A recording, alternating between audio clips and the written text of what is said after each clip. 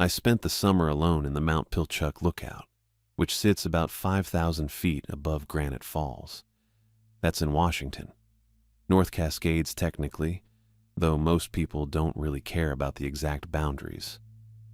The lookout itself is one of those classic fire towers from way back. 14 by 14 feet of windows on all sides, with a catwalk that wraps around the whole thing and gets slick when the fog rolls in. The routine was pretty much the same every day. I'd wake up when the light hit the east windows, make instant coffee on the propane burner, and start scanning. The Osborne firefinder sat in the center of the room on a waist-high pedestal. Old brass and glass, probably from the 50s. It had this circular map mounted underneath a rotating sight, and you'd line up landmarks through the crosshairs to get a bearing on smoke. The whole setup had to stay level, or the readings would drift, so I checked it every morning with a little bubble level I kept on the windowsill. Most days there wasn't much to log. Maybe some morning haze that burned off by 10. A controlled burn over near Verlo that dispatch already knew about. I'd write it all down in the logbook anyway. Time, bearing, description. Connie wanted everything documented. That was her thing. The logbook itself was just a standard Forest Service notebook with a green canvas cover.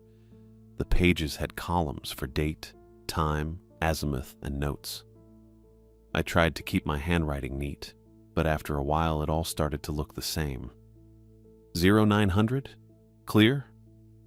NNE haze dissipating. That kind of thing.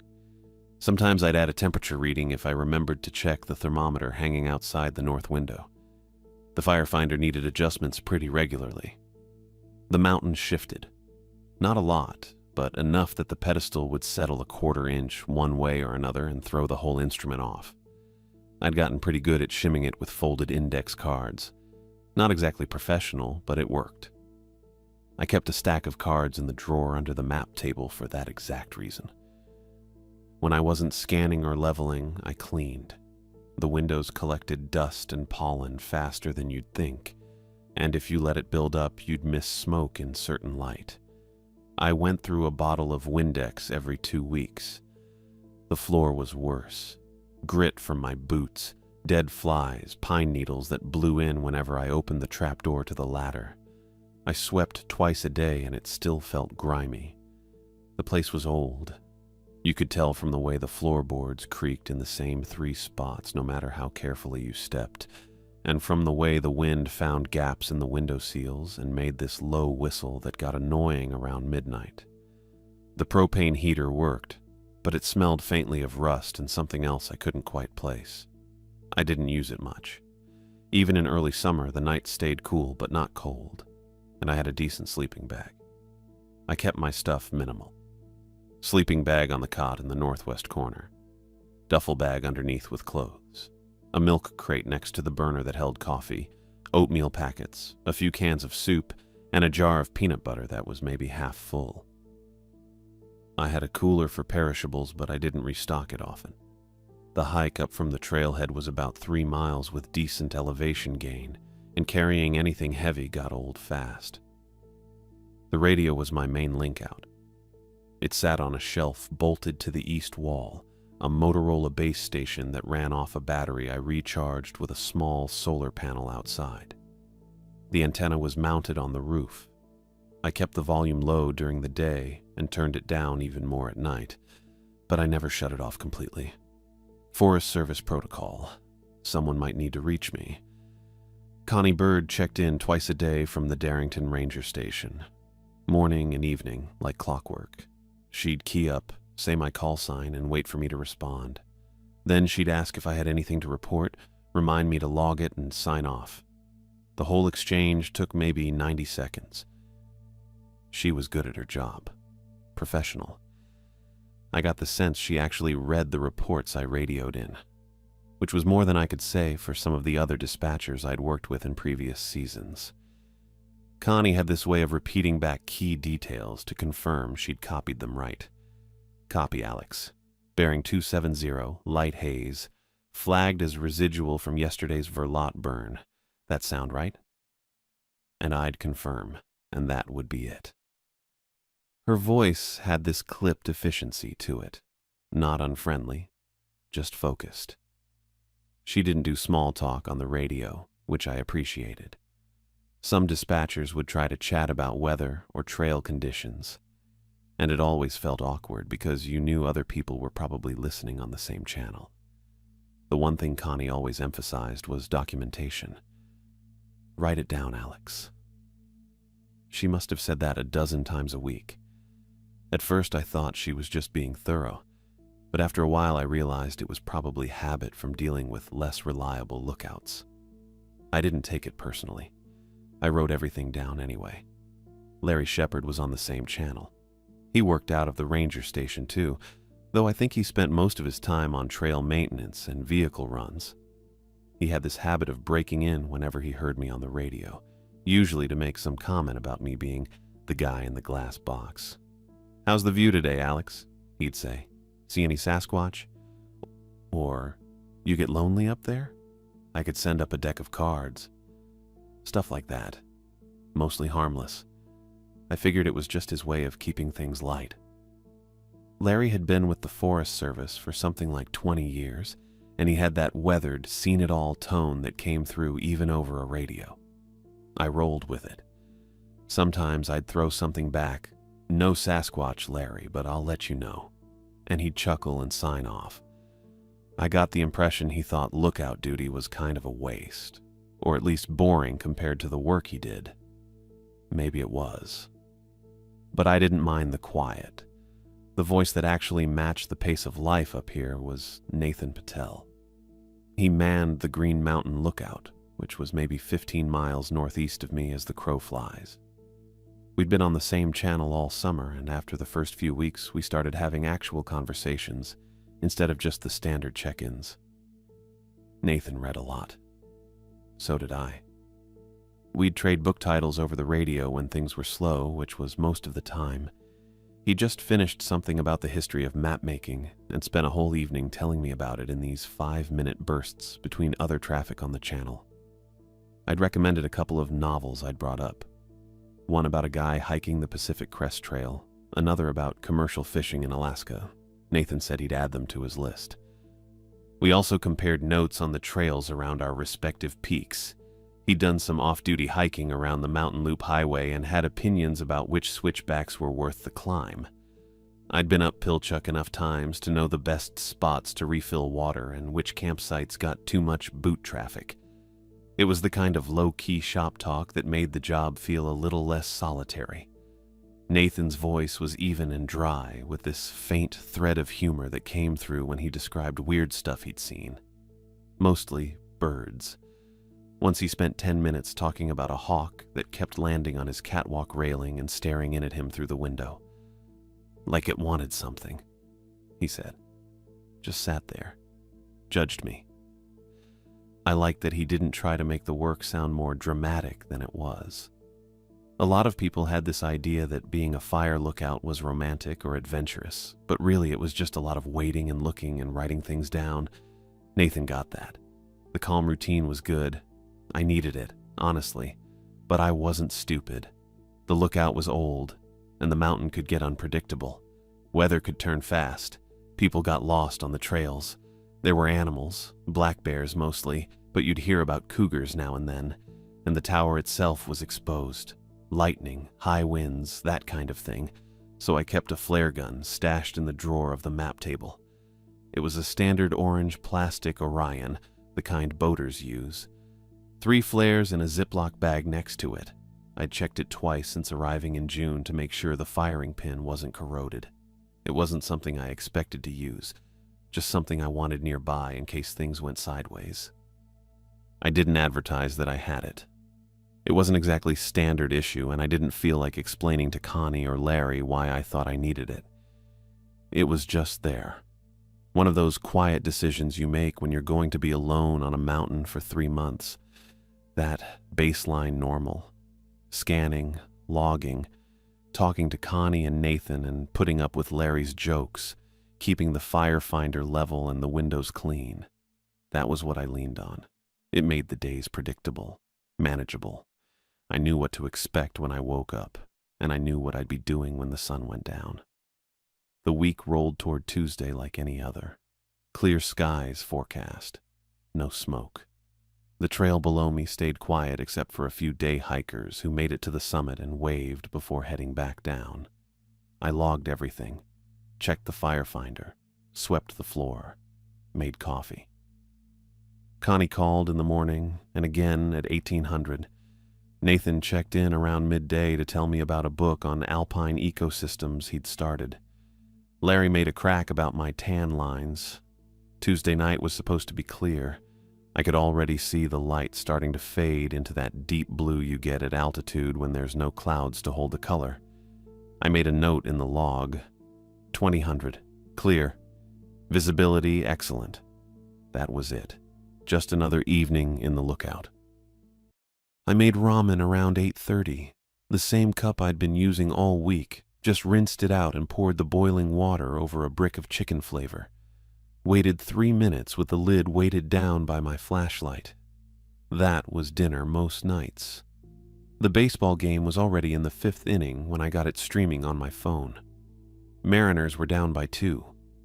I propped the phone against the firefinder pedestal and sat on the floor with my back to the north wall, eating noodles and watching tiny figures round the bases on a screen the size of my hand. Signal was weak, but it held. I'd found one spot near the center of the room where I could pull just enough bars to stream without it buffering every 30 seconds. The game wasn't great. A lot of pop flies, a double play that killed a rally in the 6th. I finished the ramen and set the cup on the floor next to me, then pulled the logbook over and flipped to Tuesday's page. I filled in the evening entries while the announcers talked about earned run averages. Nothing to report. Visibility still excellent. No smoke. No campers at the summit. Temperature dropping, but not enough to bother with the heater. I wrote it all in the columns, keeping my handwriting level even though the book was balanced on my knee. Connie's voice came through the radio at exactly 6 o'clock, right on schedule. Pilchuck Lookout. This is Darrington Station. Evening check.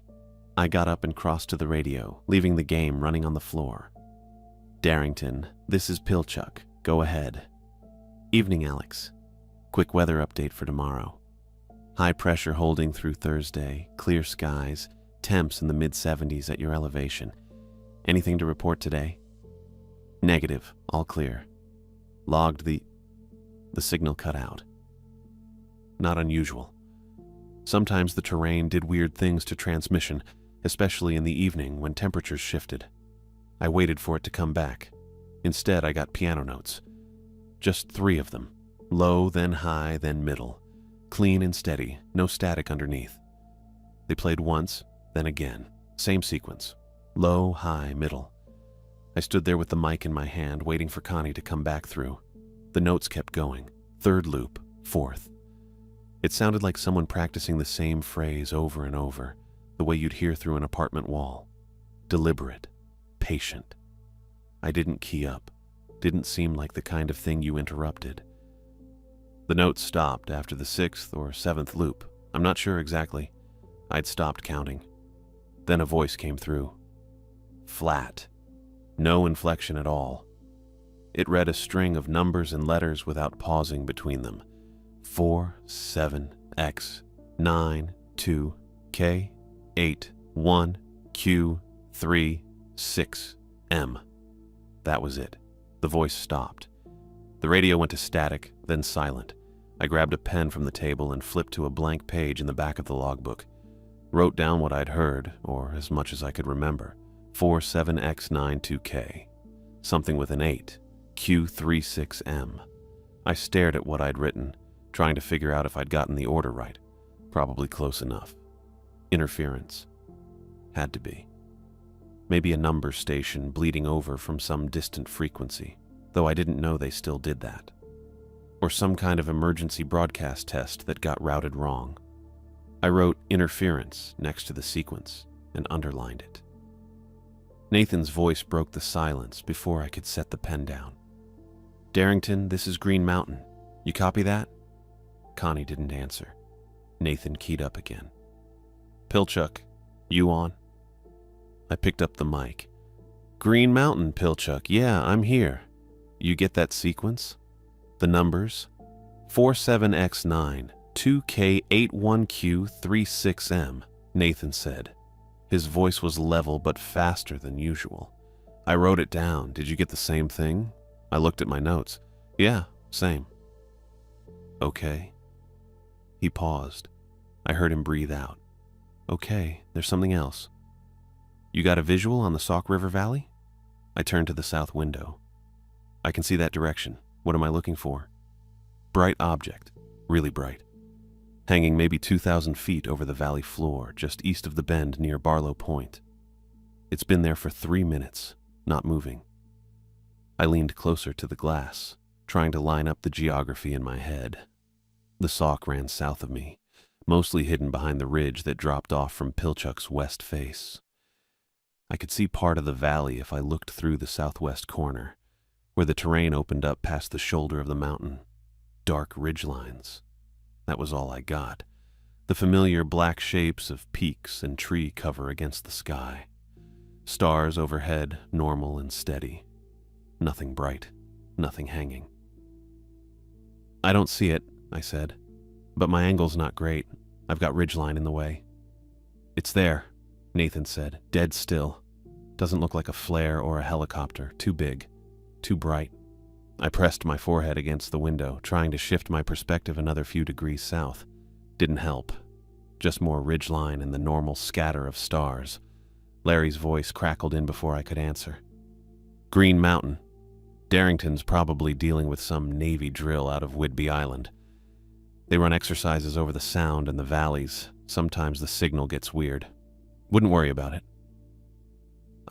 I stepped back from the window, looked at the radio. A Navy drill. That almost made sense.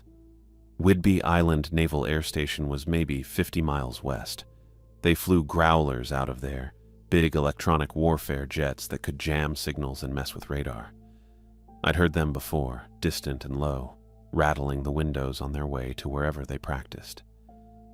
The explanation sat in my head for a second. I wanted it to fit, but the piano notes didn't fit, and the voice reading numbers didn't fit.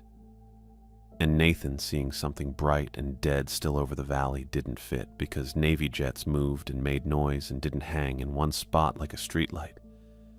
I stood there with the mic in my hand, staring at the logbook page where I'd written the sequence. The weirdness wasn't fading, it was stacking. I grabbed the card Connie had taped beside the mic maybe 2 months back. It was bent at one corner, and the ink had smudged a little from my thumb, brushing it every time I reached for the volume knob. But I could still read the emergency repeater frequency she'd written in blue ballpoint. 162.400. I turned the dial and keyed the mic. Pilchuck lookout to Darrington repeater, radio check.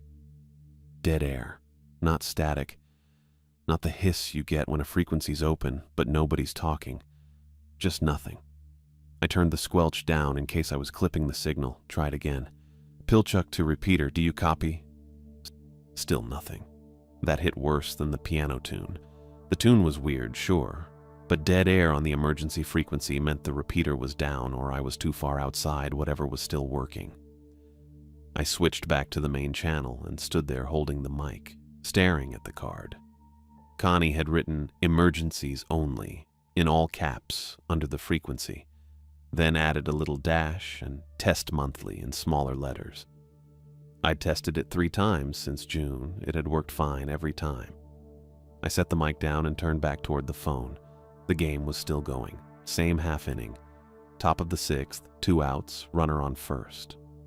I watched the batter foul one off and the announcer said, back and outside, staying alive. Then the pitcher wound up again and the batter fouled it off in the exact same direction and the announcer said, back and outside, staying alive, with the same inflection. Same pause before staying alive. Same little breath between the words. I picked up the phone. The signal bar showed 2 out of 5, same as it had been all evening. The stream hadn't buffered or frozen. The picture was smooth. The batter stepped out of the box, tapped his cleats, stepped back in. Pitcher wound up. Foul ball back and outside. Back and outside, staying alive. I pulled down the notification shade and killed the stream. The screen went black for a second, then the app closed, and I was looking at my home screen. I opened the stream again. It loaded fast, no buffering circle, and dropped me right into the top of the 6th. 2 outs, runner on first. Batter fouled one off. Back and outside, staying alive. I turned the phone off and put it face down on the floor. My hands weren't shaking, but they felt like they wanted to. I pressed them flat against my thighs and looked out the south window. The ridgeline was still dark, stars still steady above it. I crossed to the east window and checked that direction. More stars, then north. Same. When I looked west, the stars looked wrong. Not gone. Not dimmed. Just blurred, kind of, the way they get when a thin cloud passes and you're not quite sure if you're seeing moisture or just wind messing with your eyes. I pressed my forehead against the glass and breathed slow. The air outside looked clear. No haze, no fog creeping over the rocks. I could see the individual scraggly trees below the catwalk, the ones that grew almost horizontal out of the granite because the wind up here didn't let them grow any other way. I could see the detail on the boulders 20 feet down the slope. But the stars stayed blurred. It bugged me. Not the scared kind of bugged, more the itch you get when you're trying to level a picture frame and it looks right, but the bubble says it's off. I kept staring, trying to make the blur resolve into cloud or wind or my eyes adjusting wrong, but it didn't. The air stayed sharp, and the stars stayed soft, and the two didn't match. The radio crackled, and I turned fast enough that my boot squeaked on the floorboard. "Darrington, Green Mountain." Nathan's voice, still even but tighter. "Object is moving. Repeat, object is now in motion." I crossed to the radio and grabbed the mic. "Pilchuck copies. What's the movement?" "Lateral. It's sliding sideways, not drifting, sliding. Same altitude, same brightness, just moving west to east now along the valley floor." "How fast?" "Maybe 20 miles an hour, 30. It's not coasting, it's..." He paused, and I heard him exhale through his nose. "It's like it's on a track. Straight line, no wobble, no drop." Larry came on. "You get a better look at the shape?" "Negative, still just a bright point. But it's too steady for a flare and too slow for a jet. And I'm telling you, it is not following wind, because the wind up here is blowing south and this thing is cutting perpendicular." I leaned my hip against the table and watched the radio like I could see through it to Nathan's lookout 15 miles northeast. His voice had that irritated edge people get when they're watching something that doesn't fit and they're tired of trying to make it fit. That kept me from locking up. If Nathan was annoyed, instead of panicking, I could stay steady. "Still no visual from Pilchuck," I said. "Ridgeline's blocking my angle." "Copy," Nathan said. "I'm keeping eyes on it." "Darrington, do you copy any of this?" Static. "Darrington, Green Mountain, do you copy?" Nothing. I was about to key the mic again when the floor moved, not swayed. Moved. A hard shove from underneath like someone had kicked the base of the tower. The coffee cup on the corner of the map table rattled and tipped. I grabbed for it and missed. It hit the floor and didn't break, just rolled toward the west wall. The desk lamp with the crooked shade rocked and I caught that one. Held it steady while the bulb flickered. The whole room kept shaking for maybe 3 seconds, enough that I widened my stance and put my other hand flat on the table. Then it stopped. A second later, I felt the thump. Low and deep, more pressure than sound, like a heavy door slamming shut somewhere far below, and the shock traveling up through the rock, and the tower's legs, and the floorboards under my boots. It didn't rattle anything. It just hit and faded. I stood there holding the lamp, waiting to see if it would come again. It didn't. I set the lamp down and picked up the coffee cup. No cracks. I put it back on the table and looked around the room. Nothing had fallen. The propane burner was still upright on the milk crate. My duffel bag hadn't shifted under the cot. The firefinder in the center of the room sat exactly where it always did, pedestal solid, brass ring level. I walked over to it anyway and checked the compass inset on the rim. The needle was spinning. Not swinging, spinning. Clockwise, fast, like I'd put a magnet next to it. I pulled my hand back in case my watch was doing it, but I didn't wear a watch. I checked my pockets. Knife, lighter, pen, nothing magnetic. The needle kept spinning for another 2 seconds, then slowed, wobbled, and settled, pointing south. I blinked, looked again. The needle was definitely pointing south, the opposite end from where it was supposed to go. I crouched next to the pedestal and put my face close to the compass housing. The printed ring around the glass still read north at the top where it always had, but the needle was pointing straight down toward the bottom, toward the letter S. "What the hell?" I said out loud, just to myself. My voice sounded flat in the small room. I stood up and grabbed my headlamp from the hook by the door, clicked it on, checked the beam, bright and steady. I pulled the trapdoor open and started down the ladder, moving fast but keeping 3 points of contact because I'd done this enough times in the dark that my hands knew which rungs were slick. When I hit the catwalk, I turned toward the trailhead side and aimed the headlamp down the slope. The beam cut maybe 40 feet before the dark swallowed it. I could see the top of the trail where it crested the ridge, the little flat space where hikers usually stop to catch their breath before the final push to the tower. Nothing moving. Just rock and that scraggly pine that grew crooked out of the trail's east side. Then I saw the fog. It wasn't creeping. It was pouring. A clean line of it, rising fast up the ridge from the trailhead, thick and low and moving in a straight front like someone had drawn it with a ruler. Normal fog doesn't do that. Normal fog drifts, pools in the low spots, fingers its way around rocks and trees. This was a wall. It hit the crooked pine and swallowed it and kept coming, maybe 10 feet high, moving up slope at the speed I'd jog. I keyed the radio on my belt. "Pilchuck to Darrington. I have a weather event.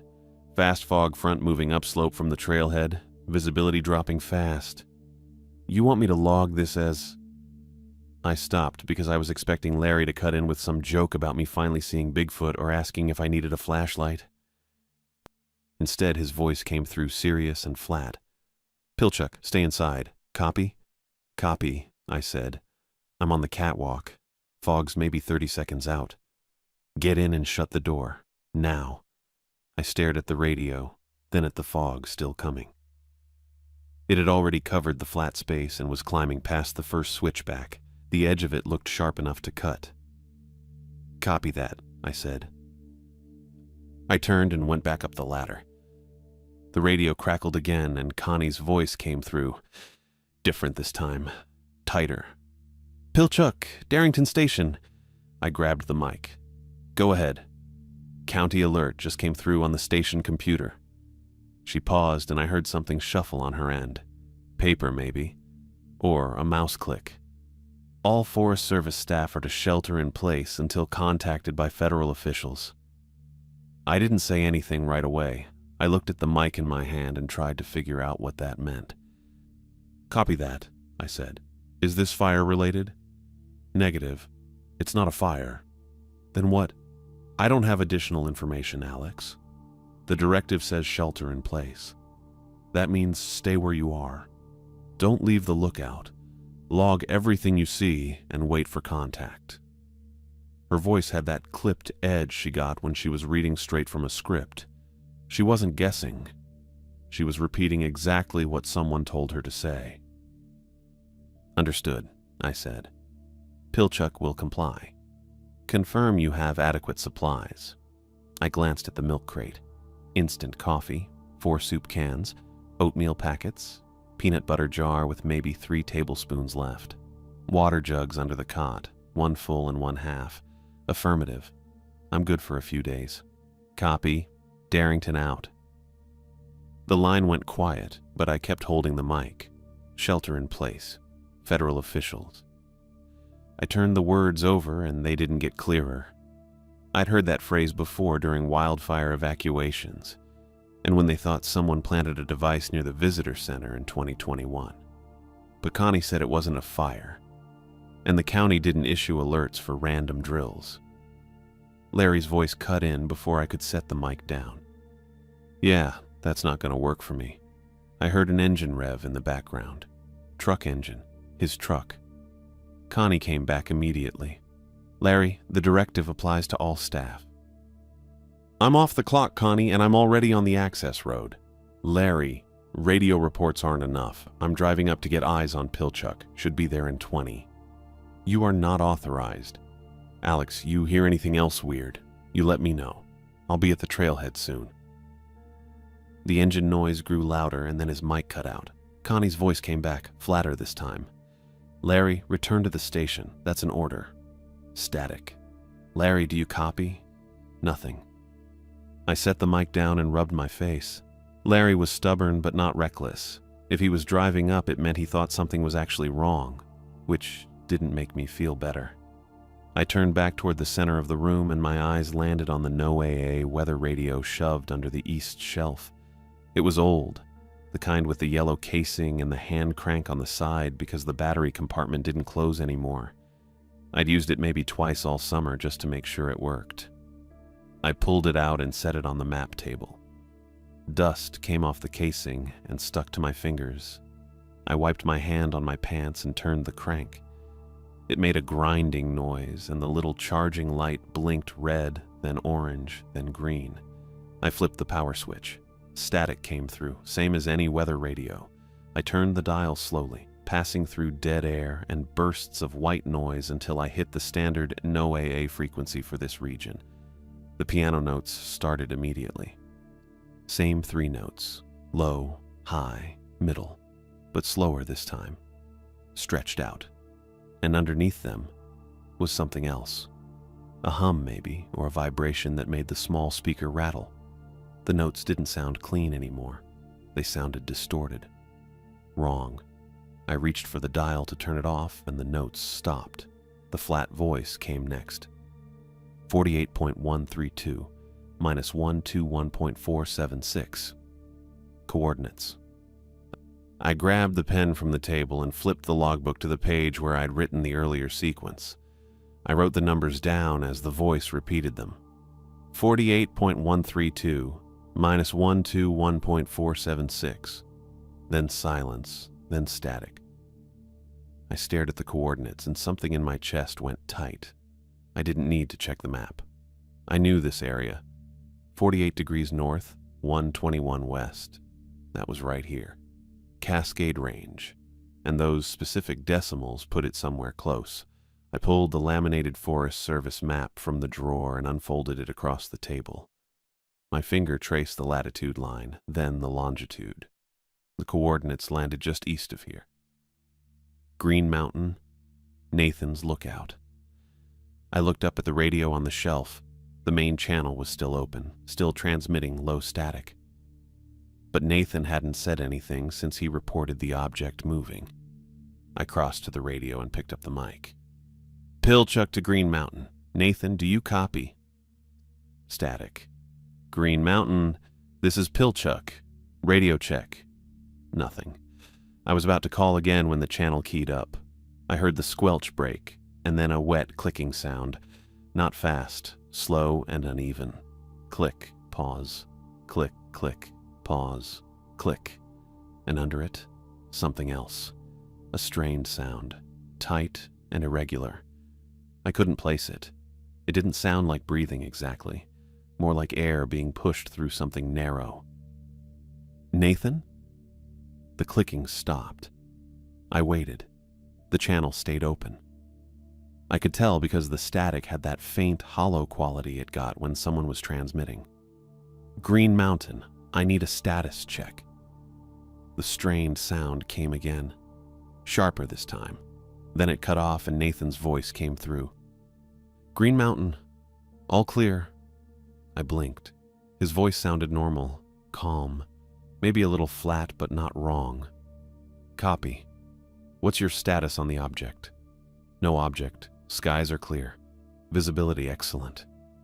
I looked down at the logbook, at the notes I'd written. Nathan's reports about the bright light, the lateral movement, the thing that didn't follow the wind.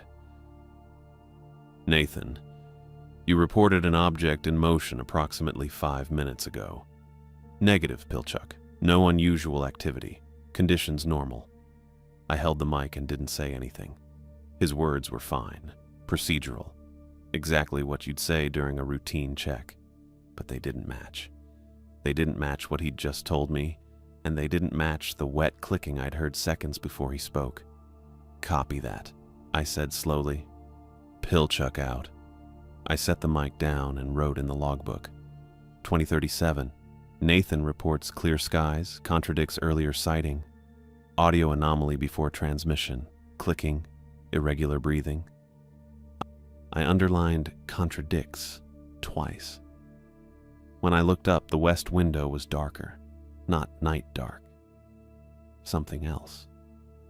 I crossed to the window and pressed my hands against the glass. The fog had reached the boulder field. I could see the top edge of it rolling over the rocks, thick and gray-white, moving uphill, not drifting, moving. The boulders disappeared one by one as the fog swallowed them. No sound came with it. The wind had been blowing earlier, rattling the gaps in the window seals. Now I didn't hear anything. I moved to the south window. The fog was there too, rising through the trees. It climbed the slope in a solid wall, erasing everything behind it. I couldn't see individual shapes anymore, just white. The fog hit the catwalk. I watched it curl around the railing and press against the glass. Thick sheets of it, not thin or wispy, dense. It didn't swirl or break apart. It just pressed. The lookout went quiet. I mean completely quiet. I couldn't hear the wind. Couldn't hear the propane burner ticking as it cooled. Couldn't hear my own boots on the floor when I shifted my weight. I turned in a slow circle. Fog on every window now. The room felt smaller. The glass was still there. I could touch it, but I couldn't see past it. Just white pressing in from all sides. I stood in the center of the room near the firefinder, and the silence sat on me like weight. It didn't feel random, it felt deliberate. For a minute I felt something close to relief. Probably stupid, but I did. The fog pressed against every window like a wall, and I couldn't see the valley anymore. Couldn't see whatever Nathan had been tracking down there. If I couldn't see it, maybe it couldn't see me either. Basic logic. Wrong, probably, but it settled something in my chest for about 60 seconds. Then the motion light over the stairs clicked on. I heard it through the floor. That specific metallic snap when the sensor trips and the bulb fires up. I was still standing next to the firefinder, hadn't moved in maybe 3 minutes. Definitely hadn't gone near the trapdoor. The sensor sat mounted outside on the northwest corner post, angled to catch anyone coming up the last flight of wooden stairs to the catwalk. It tripped when you got within 10 feet. I'd tested it a dozen times, hauling supply runs. I stared at the trap door. It was a square hatch in the southwest corner, maybe 3 feet on each side, with a simple iron latch and leather strap handle. No window, just old pine boards painted the same faded green as the rest of the floor. The light stayed on. It ran on a timer, 2 minutes, then off. I'd replaced the bulb in July after the old one burned out. I counted to 10 in my head, then 20. The light didn't shut off. My hands weren't shaking yet, but I could feel the edge of it starting in my fingers. I turned and crossed to the small metal locker bolted beside the cot in the northwest corner. I'd opened it maybe twice all summer. Inside was a first aid kit, a space blanket still in its wrapper, and a lockbox the size of a hardcover book. I pulled the lockbox out and flipped the latches. The flare gun was in there, orange plastic Orion, same one I'd checked in June, and underneath it, a Glock 19. Forest Service didn't issue sidearms to lookouts. I'd brought it myself, bought it in Everett 3 years back and kept it in my truck. Then my pack, then this box. I'd fired it maybe 6 times at a range. Hadn't told Connie or Larry it existed. I grabbed both. The Glock was cold and heavier than I remembered. The flare gun was lighter, almost toy-like. I shoved the Glock into my waistband at the small of my back and kept the flare gun in my left hand. There were 3 flares in the Ziploc bag at the bottom of the box.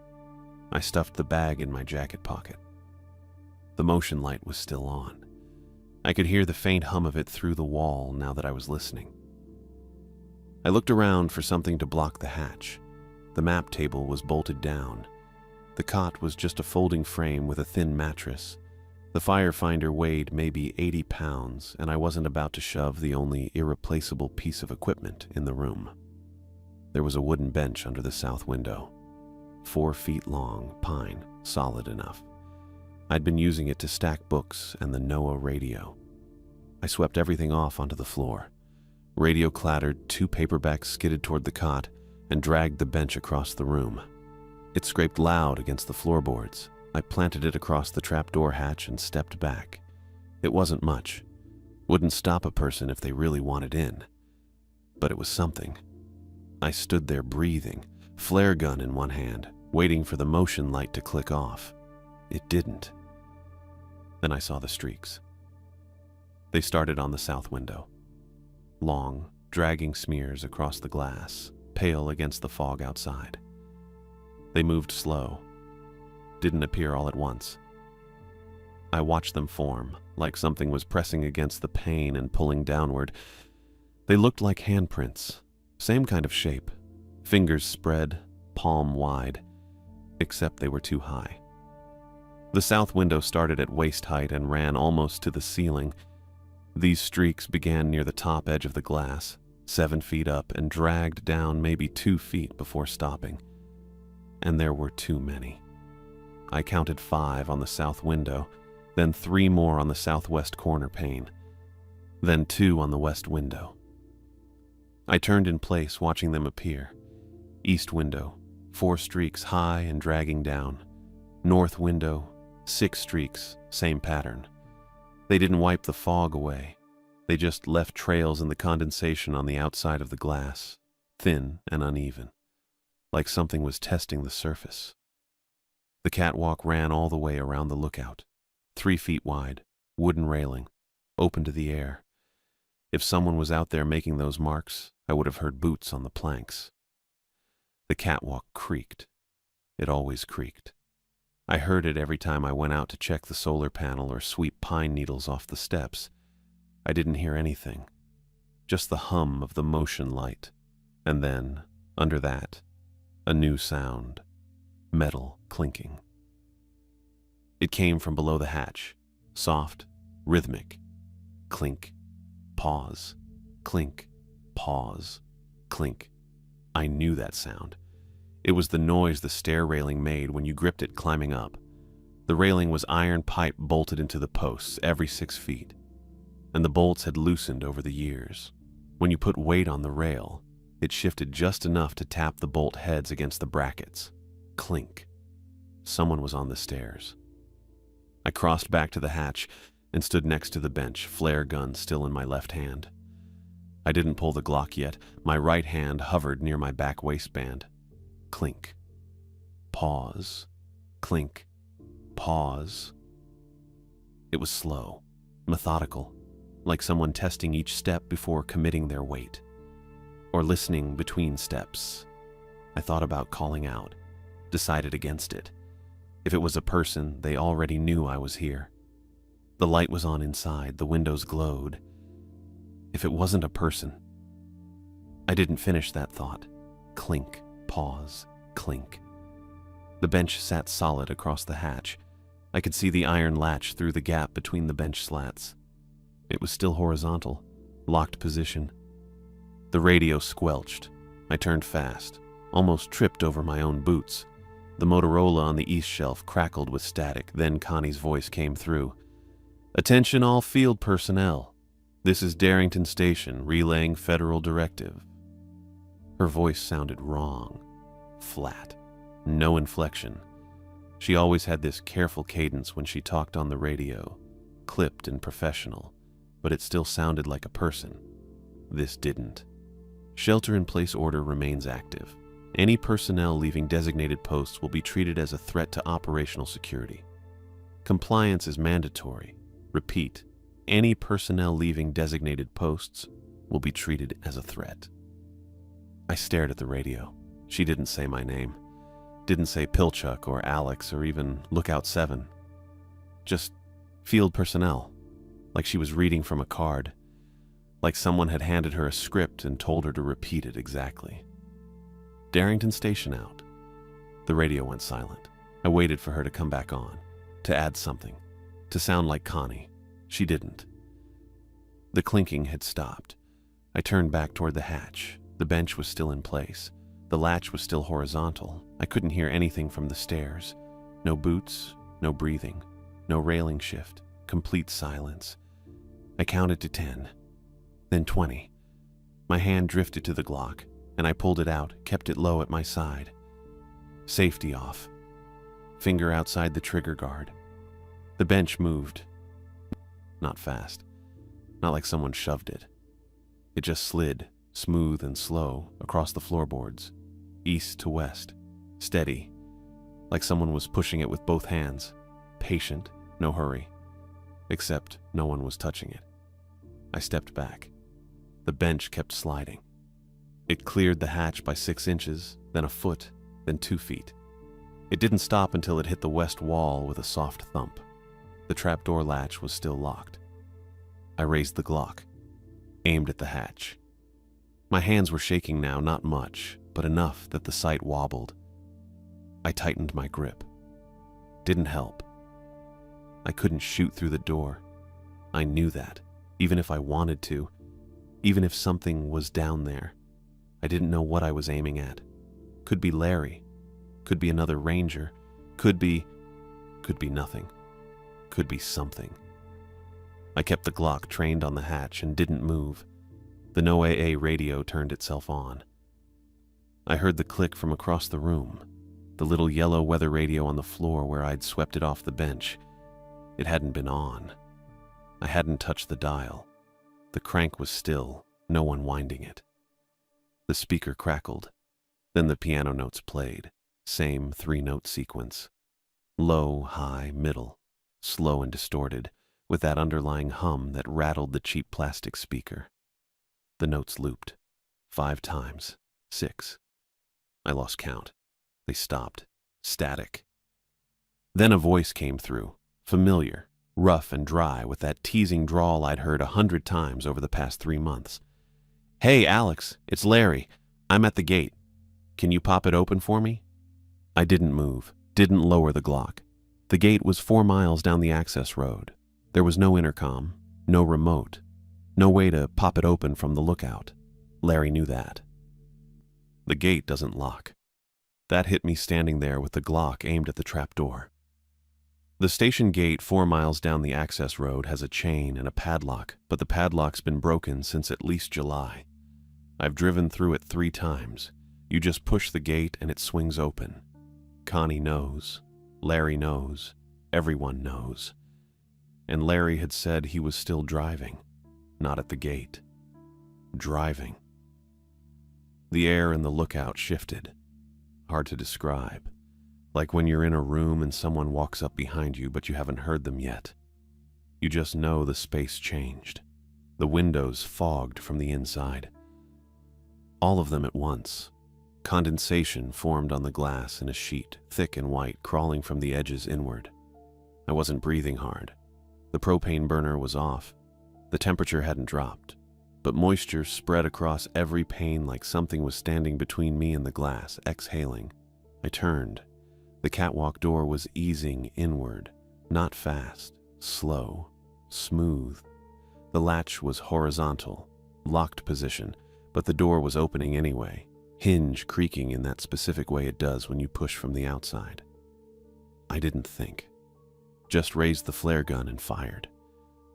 The flare hit the ceiling 2 feet above the door and erupted. Harsh red light flooded the room, bright enough that I had to squint. The flare stuck to the wood and burned, dripping sparks, hissing loud and chemical. Smoke rolled across the ceiling in a thick black curl. In that light, I saw it. Knee height. right inside the door, bent forward like it was crouching or dragging itself. It had the outline of a person.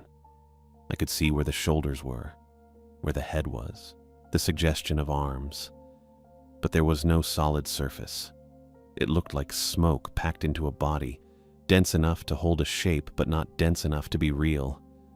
The edges flickered. The red light passed through it but didn't illuminate anything inside. It recoiled. Not fast. Just pulled back toward the door, curling in on itself like something flinching from brightness. The trap door hatch stopped moving. I could hear the flare burning above me, spitting and crackling. The smoke was already thick enough to sting my eyes. I didn't wait to see if the shape would try again. I shoved the Glock back in my waistband, grabbed the maintenance harness from the hook by the east window, and clipped in. The harness is standard fall protection. Nylon straps, steel D-ring, carabiner rated to 5,000 pounds. There's a guy line anchored to the roof and bolted into granite 15 feet down the east slope. It's for window washing. I've used it twice. I shoved the east window open. Cold air poured in. The fog outside was still thick, pressed right up against the glass, but I couldn't see the shape anymore and I wasn't staying to look for it. I swung my legs over the sill, clipped the carabiner to the guy line, and dropped. The line caught. I slid fast, both hands wrapped around the cable, friction burning through my gloves.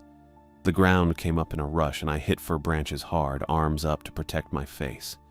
Needles scraped my jacket. A branch caught my shoulder and spun me sideways. I let go of the line and crashed through the lower limbs, hit the dirt on my side, rolled once. My gloves were smoking. I ripped them off and shoved them in my pocket, hands red and stinging but not blistered. I looked up. The lookout was 15 feet above me, windows glowing red from the flare. Smoke poured out the open east window. The fog surrounded the whole structure, thick and unmoving, like the tower was sitting in a cloud that had decided to stop. I didn't see the shape, didn't see anything moving. I turned and climbed. The tree line was 60 feet uphill. I know that because I've walked it a dozen times, checking the guy line anchors. The fog thinned as I climbed, breaking into wisps, then nothing. I hit the tree line and the air cleared completely. Stars overhead, normal night sky. I stopped, sucked in 2 breaths, and looked back. The lookout was gone. Just fog. A solid mass of it sitting where the tower should be, white and faintly lit red from the inside. I turned and ran downhill.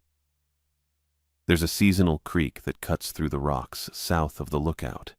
I could hear it, water splashing over stones, maybe 100 yards down. I headed toward the sound, boots sliding on loose dirt and pine needles, one hand out to catch myself on tree trunks as I went. The old logging road hit me faster than I expected. I almost ran past it. It's overgrown, mostly dirt with some gravel. Hasn't been maintained in probably 20 years, but it's flat and it runs east toward the trailhead. I stopped where the road widened into a pocket of normal night air. The fog didn't follow. I could see it behind me, uphill, a defined wall of white sitting against the trees. It wasn't advancing, wasn't retreating, just sitting there like it had a boundary it wouldn't cross. I pulled the handheld radio off my belt. It's a Motorola, same model as the base station, runs on AA batteries. I'd grabbed it from the charging dock when I clipped into the harness. Didn't even think about it, just took it. I keyed up. Pilchuck to Darrington. Connie, do you copy? Static. I turned the squelch down and tried again. Pilchuck to any station. Does anyone copy? The static shifted. Underneath it I heard the piano tune. Same 3 notes. Low, high, middle. Faint but clear, looping under a constant hiss. I turned the radio off and looked back toward the mountain. Mount Pilchuck was gone, not hidden, gone. In its place was a straight white column, perfectly vertical, rising from the ridgeline into the sky. It looked like fog, but it didn't move or spread, just stood there, sharp-edged and deliberate, swallowing the entire peak. I turned and started toward the trailhead. The access road lights were out. There's sodium vapor fixtures mounted on wooden poles every 50 yards from the trailhead to the gate. They run on a timer, on at dusk, off at dawn. They'd been on when I climbed to the lookout at 1400 hours. Now they were dark. I saw the vehicle angled in the ditch before I reached the first pole. Larry's truck. Forest Service green, dented rear bumper, Washington plates, driver door open, headlights off, engine not running. I ran. Larry was slumped against the steering wheel, seatbelt still on, head turned to the side. Blood ran from a gash above his left temple, soaking into his collar, dripping onto his lap. His eyes were half open. He was breathing, short, shallow pulls. Larry. He didn't respond. I reached across him, popped the seatbelt, and dragged him out of the cab. He's heavier than me by 40 pounds and dead weight. I got him under the arms and pulled him off the road into the dirt, propped him against a tire. The gash was deep, maybe 3 inches long, wide enough that I could see the edges pulling apart. Blood pulsed out in steady streams. I yanked my shirt over my head, tore it along the seam, and pressed the fabric against the wound. Larry made a sound, low, pained, but didn't open his eyes. I wrapped the strip around his head twice and tied it tight. Blood soaked through immediately, but the flow slowed. It didn't feel like enough. I pulled out my phone. 2 bars. I dialed 911. The call connected. Rang once, twice. A voice answered, not a dispatcher. The announcer from the baseball game. Back and outside, staying alive. I pulled the phone from my ear and stared at it. The screen showed the call active, timer running. I hung up and opened the browser. It loaded. I tried the stream. Top of the 6th. 2 outs. Runner on first. Same batter. Same foul ball. Back and outside. Staying alive. I closed the app and tried 911 again. Same thing. 1 ring. 2. Then the announcer. I shoved the phone in my pocket. Headlights cut through the trees.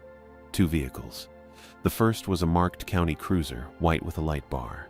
The second was an unmarked SUV, black, no plates visible from this angle. They stopped 30 feet from Larry's truck, engines running, headlights pointed at me. A woman stepped out of the cruiser. Tan uniform, duty belt, sidearm drawn and pointed at the ground. She moved like she'd done this 1,000 times. Smooth, controlled, eyes on me the whole time. Holly Mills. I'd seen her twice at the ranger station during supply runs. County deputy. Didn't talk much. A man stepped out of the SUV. Tall, plain jacket, earpiece trailing a wire into his collar. He didn't draw a weapon. Didn't need to.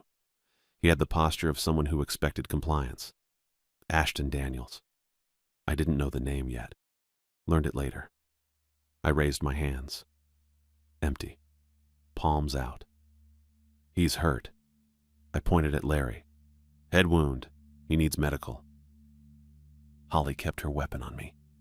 Daniels looked past me toward the column of fog, then back. Step away from the vehicle, Holly said. I pointed again. He's bleeding. Step away. I moved. 3 steps to the left. Hands still up. Daniels walked toward me. Didn't hurry. Stopped 6 feet out. You're Wallace.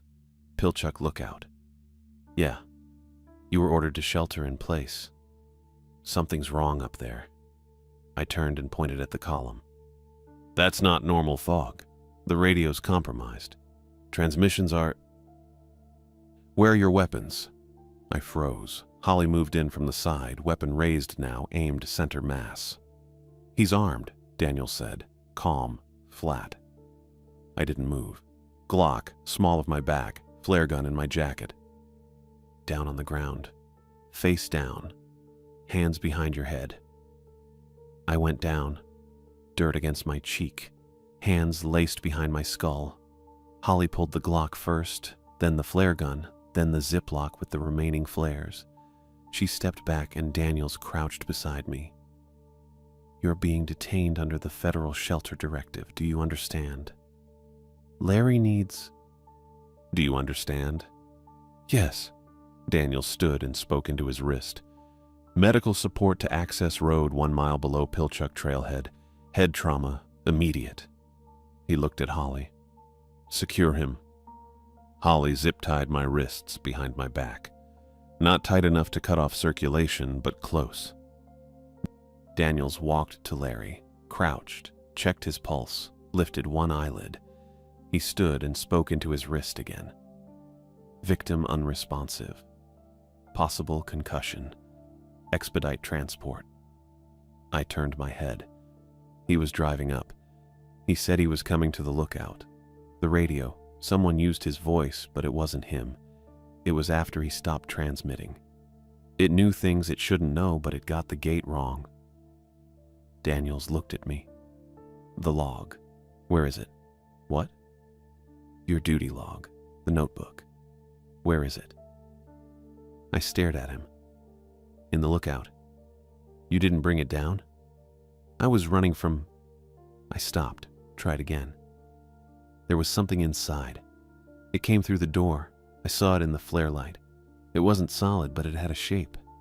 It moved. Daniels didn't react. Your radio unit. Handheld or base station? Handheld. On my belt. Holly pulled it off and handed it to him. He turned it over, checked the frequency, pressed the power button. Static in the piano tune, faint but clear. He turned it off and dropped it into an evidence bag. You're coming with us, he said. The lookout is a contaminated scene. Do not attempt to return. Do not discuss what you saw with anyone outside federal authority. Do you understand? Larry is being transported. You're not his priority right now. A second county vehicle pulled up, lights flashing. 2 paramedics got out, moved fast toward Larry with a backboard and a kit. Daniels pulled me to my feet and walked me to the SUV. Holly opened the rear door. No handles on the inside. Mesh between the front and back seats. They put me in.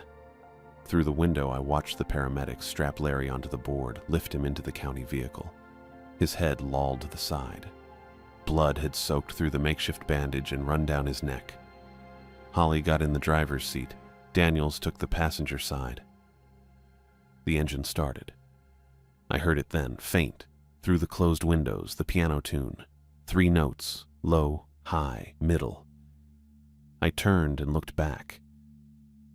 Mount Pilchuck was still sealed in fog. A perfect white column rising into the night sky, edges sharp and unmoving. The SUV pulled forward, turned, and headed down the access road. The tune kept playing.